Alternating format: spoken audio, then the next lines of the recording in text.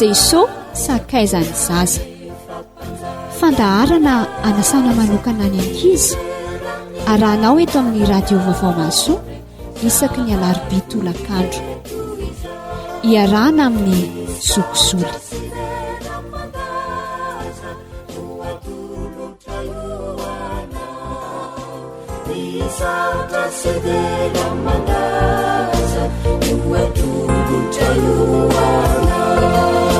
Manantitra ny araba izay efa natao teo ho an'ny ankizy rehetra manaraka ny fandaharana jesosy sakaizany zaza, ho an'ny lehibe ihany koa raha misy manaraka an'izany, mankasitraka indrindra anareo. Ndaontsika hivavaka aloha ny mboantsika n'izany fandaharana ho an'ny ankizy izany e. Vavaka isika. Andriamanitra ranay eo dia mankasitraka indrindranao tokoa izay ny amin'ny fitiavanao sy ny famindramponao izay mbola nitahirizanao anay ka nahatraranay ity andro anio ity. Mankasitraka indrindra ny amin'ny Jesosy Kristy sakaizanay izay nomenao hamonjy anay. Misaotra anao ny amin'ny teninao izay mampianatra anay ny amin'izay rehetra tokony ho ataonay. Dia apetraka eo am-pelatananao tompon'ny fianaranay an'izany teninao izany fa nanao masina ameno anay mba ho azonay tsara izay tianao ampitaina ary indrindra mba ho hainay ihany koa ny mankatoa an'izany. Amin'ny anaran'i Jesosy, amen. Toy ny mahazatra antsika tsy fahazaran-dratsy fa fahazarana tena tsara dia hamaky ny ohabolana aloha isika. Ny ohabolana toko faha-efatra izao no tokony fakitsika amin'ity anio ity, ny 220 ka hatramin'ny 720 farany. Misy baiboly eo aminareo? Dia miara-mamaky izany tsika. Any ampovoam-boany ihany misy an'izany ohabolana izany. Raha tsisy baiboly kosa eo aminareo dia mihaino tsara fafakiny zoky. Da ho ary vakitsika amin'ny anaran'i Jesosy. Anaka, tandremo ny teniko. Atongilany ny sofinao hiain'ny filazako. Aza vela hiala eo imasonao izy, fa raketo ao am-ponao. Fa aina ho an'ny mahazo azy izy, ary fahasalamana ho an'ny nofony rehetra. Tandremo ny fonao mihoatra noho izay rehetra tokony ho tandremana, fa avy ao aminy no havian'ny aina. Esory aminao ny vava-mandainga, ary ampanalaviro anao ny molotra mamitaka. Aoka ny masonao hijery mahitsy, ary ny ody masonao hibanjina eo anoloanao.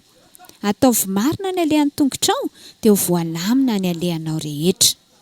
Aza mivily na ho amin'ny ankavanana na ho amin'ny ankavia, esory amin'ny ratsy ny tongotrao. Amen. Dia ho setrin'izany tenin'Andriamanitra izany dia ndaontsika aloha hiaraka hihira. Afaka mandeha ihany koa nareo fa mihetsiketsika mahafinaritra be mihitsy ity hira anankiray atolotra anareo ity. Hiarantsika amin'ny Jeux de 25 en famille, tapons les mains. Da ho ary eo.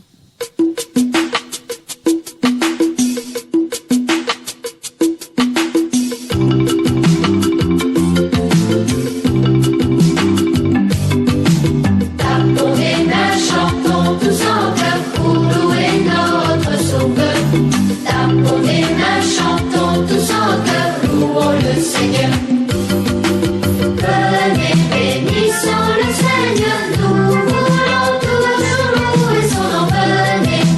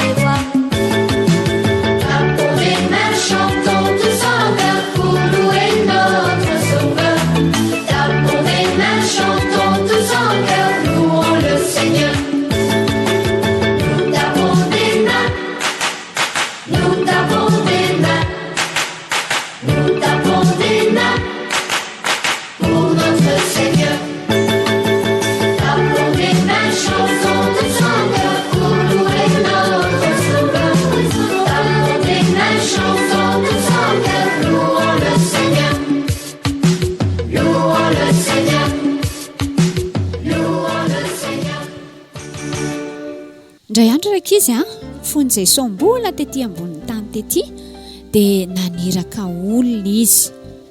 Olona teo amin'ny 70 teo no nirahany dia nasainy nandeha tsiroaroa ireo olona ireo. Aninona ary ireo olona ireo? Hitory filazantsara omantsy Jesosy tamin'ny zareo ireo. Be ny vokatra ozy izy fa ny mpiasa no vitsy. Inona no tiany Jesosy tenenina amin'izany? Betsaka ny olona tokony hovonjena any ambadimbadika any anisan'izany ny ankizy.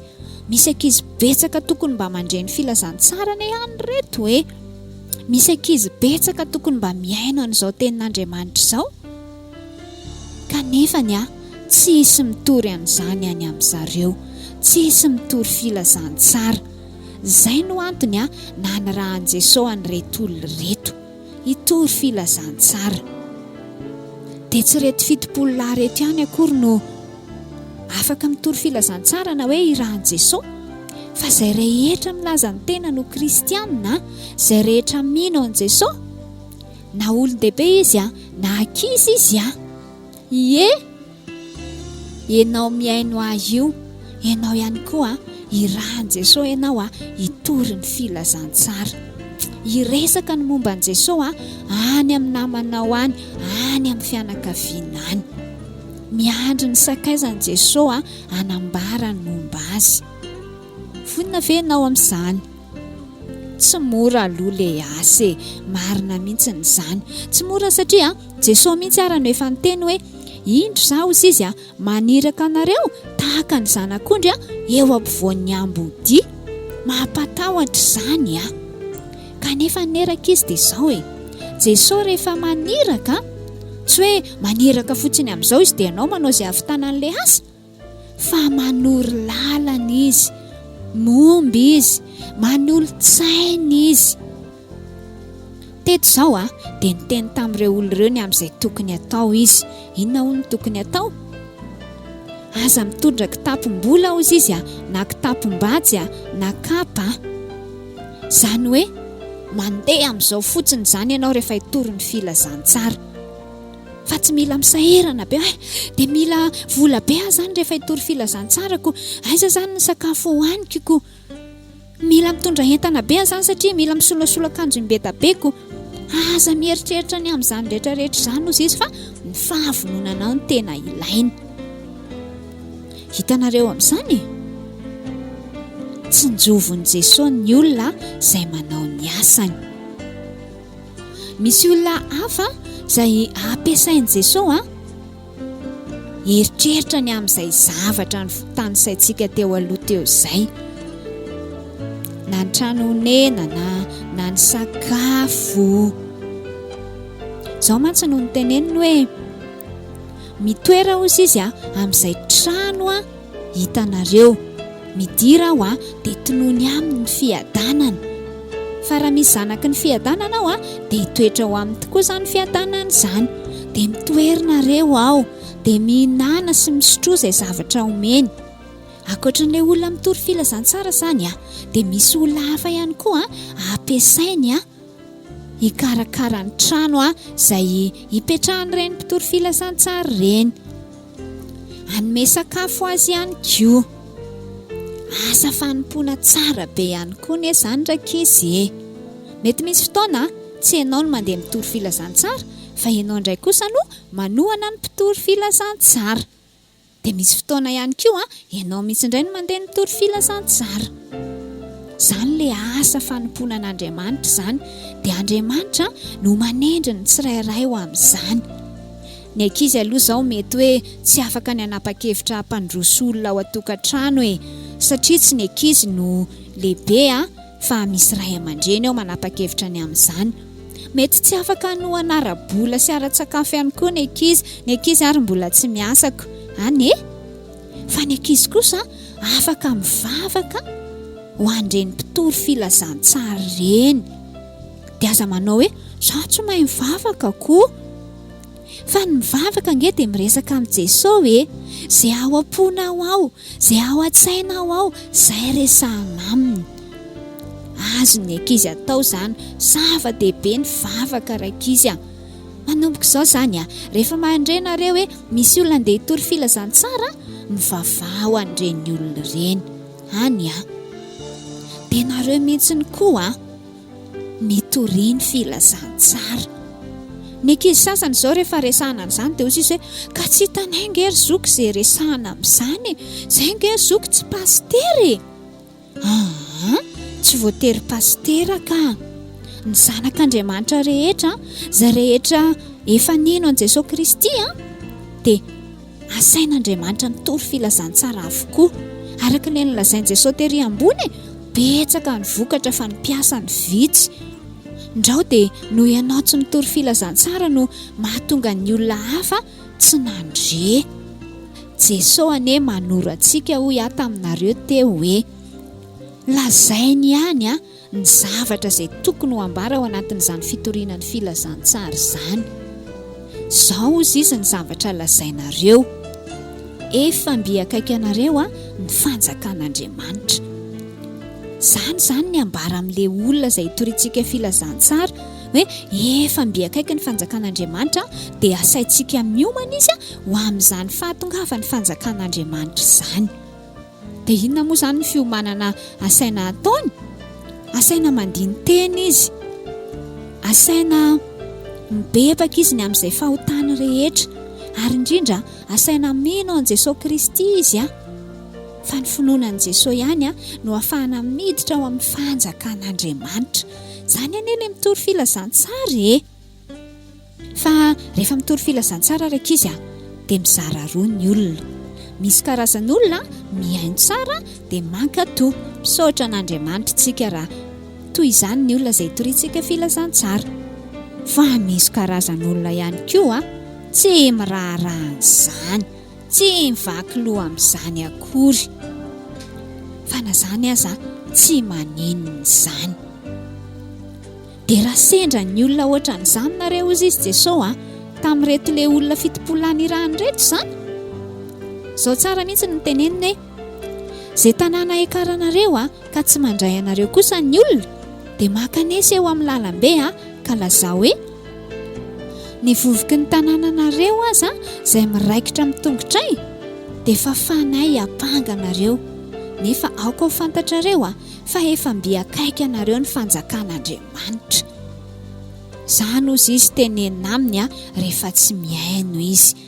Aza atao mahakivy izany na dia tsy mihaino aza ny olona, fa izay asain'ny Tompo ataontsika dia ataontsika. Mampahery antsika ny Tompo amin'izany. Ozy ihany izy tamin'ireto olona nirahany reto izay azo antoka fa izany ihany koa no amboarany amintsika ankehitriny. Izay mihaino anareo ozy izy dia mihaino ary izay mandaha anareo dia mandaha, ary izay mandaha dia mandaha izay naniraka. Aza malahelohelo foana izany tsika raha tsy mihaino ny olona, satria tsy hoe tsika akory ny laviny amin'izay fotoana izay fa Jesosy Kristy izay naniraka antsika. Andriamanitra ray mihitsiny. Mahafinaritra ny manao ny asan'ny Tompo rakizy ary faly ihany koa ny Tompo amin'izany rehefa mahita antsika manatanteraka ny asany. Dia rehefa nanderaka izy reto fitopolona izay nirahan'i Jesosy reto dia rehefa niverina izy dia izao no niteneniny tamin'i Jesosy: Tompo, na dia ny demoni aza dia nanaiky anay noho ny anaranao. Na dia ny demoni aza dia nanaiky anay noho ny anaranao. Tsy hoe ry zareo izany mafy be tsy hoe ry zareo ny dadany fa izao noho ny amin'ny Jesosy Kristy. Dia nisy olona nino ny filazantsara tany, nisy olona sitrana tany. Hitanareo amin'izany momba antsika ny Tompo. Mahavita zavatra tsika rehefa miaraka amin'ny Jesosy Kristy. Kanefa ho ny Tompo aza mifaly izy satria manaiky anareo ny fanahy, fa mifalia satria voasoratra ny an-danitra ny anaranareo. Izay izany tena zava-dehibe rakizy. Mety ho faly tokoa tsika rehefa misy olona nino an' Jesosy Kristy noho ny fitoriana filazantsara izay nataontsika. Faly be ihany koa Andriamanitra, faly ny anjelin'Andriamanitra ny an-danitra any. Fa izay tena tokony havaly antsika dia izao: voasoratra ny an-danitra ny anarantsika. Tsy hoe satria tsika nitory filazantsara, fa satria tsika nino an' Jesosy Kristy Misy tokoa mantsiraka izy olona mety ho voafitaka. Rehefa misy fitoriana filazantsara karakaraina zao dia lasa koa izy mba miaraka amin'ny olona any, kanefa n'izy ary tsy mino an' Jesosy akory, tsy izy dika an'izany. Mila azontsika antoka tsara aloha fa isika izay mandeha mitory filazantsara ity, isika izay manao ny asan'Andriamanitra ity efa novonjena, efa nibebaka ary efa nino an' Jesosy Kristy. Dia mampahery antsika rehetrarehetra raikizy averiko ihany fa na dia mbola zaza azy ianao, misy asa asain'Andriamanitra ataonao, afaka mitory filazantsara izay fantatrao momba an' Jesosy ambara amin'ny namanao.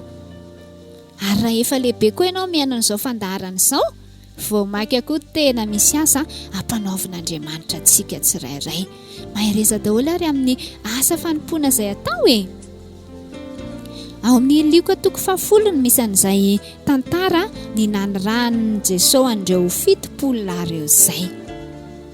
Mitory filazantsara tsika rakizy satria efa ho avy Kristy. Ndao hiaraka amin'izay didy aloha tsika mitiry ity ary fa Kristy efa ho avy.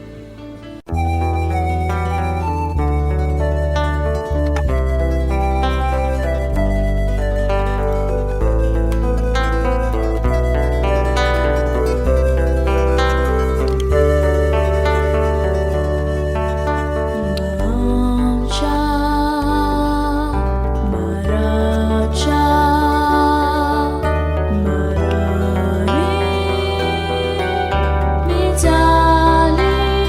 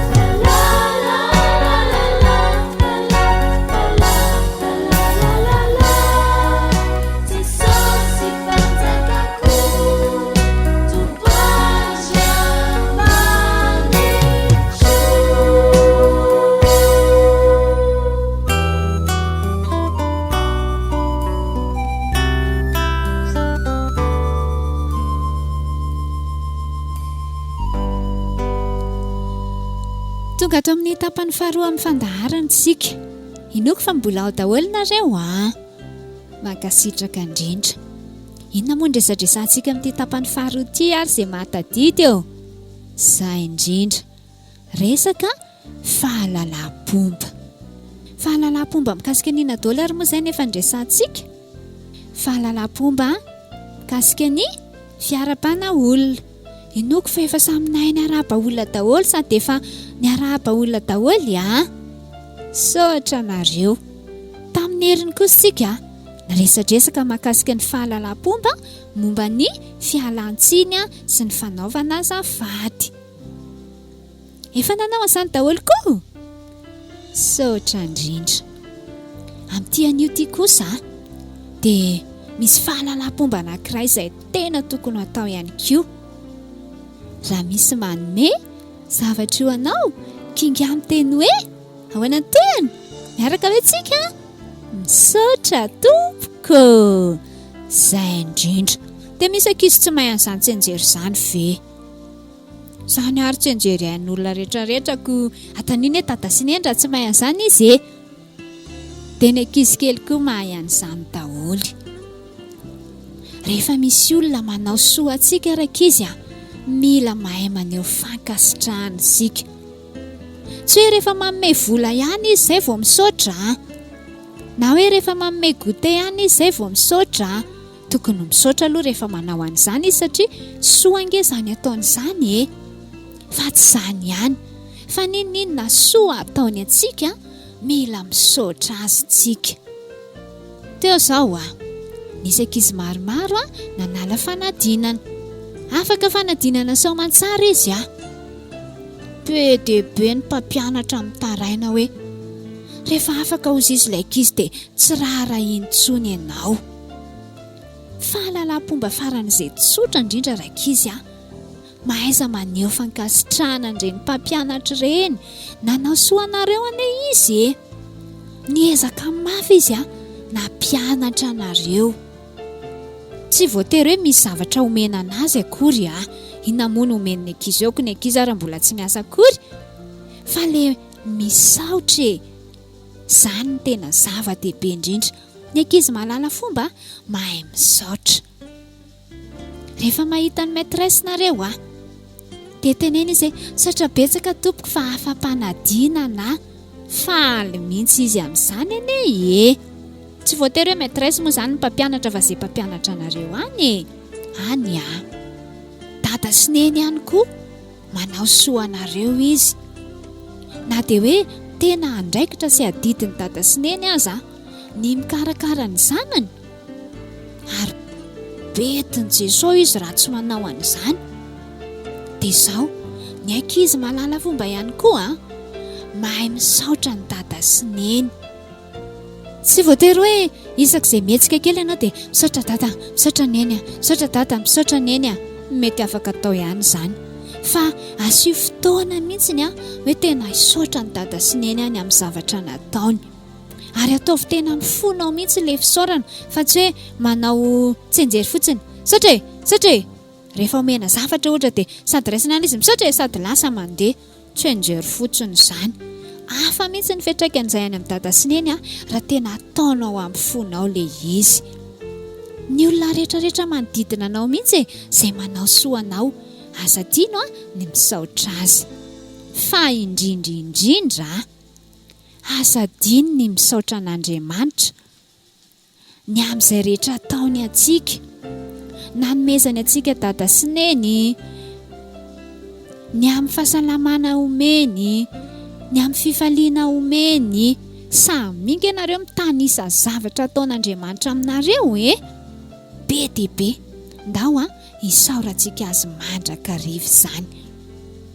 Dia antenaiko fa manomboka an'indray na dia efa mahay misaotra ary ny ankizy hatramin'izay dia hitombo izany ka nao an'izany amin'ny fony tokoa ny tsirairay saotra an'Andriamanitra.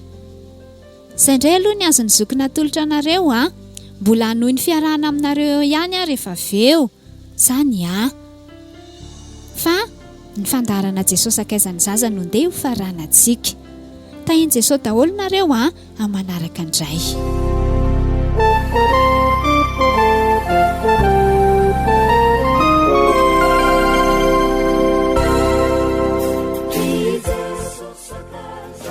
Jesosy sakaizany zaza. Fandaharana anasana manokana ny ankizy arahanao eto amin'ny radio vaovao masoa isaky ny alarobia tolakandro iarahana amin'ny zokizoly.